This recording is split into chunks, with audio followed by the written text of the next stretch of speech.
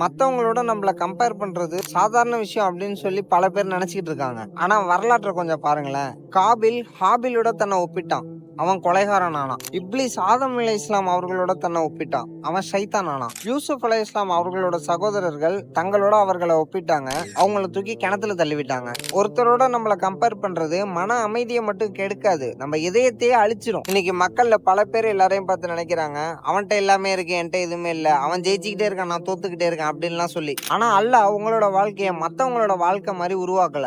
ஒவ்வொருத்தருக்கும் தனித்தனி சோதனை இருக்கு. அல்லாஹ் குர்ஆன்ல தெளிவா சொல்றான், அவன்தான் உங்களை பூமியின் பிரதிநிதிகளாக ஆக்கினான், மேலும் நீங்கள் பெற்றவற்றின் மூலம் உங்களை சோதிப்பதற்காக சிலரை விட உயர்ந்த நிலையில் வைத்தான் அப்படின்னு சொல்லி அல்லாஹ் திருக்குர்ஆன்ல சொல்றான். உங்களோட ரிஸ்க் வேற, உங்களோட பயணம் வேற, உங்களோட சோதனையும் வேற. நபி ஸல்லல்லாஹு அலைஹி வஸல்லம் சொல்லியிருக்காங்க, உங்களை விட மேல இருக்கிறவங்கள பார்க்காதுங்க, உங்களுக்கு கீழே இருக்கிறவங்கள பாருங்க.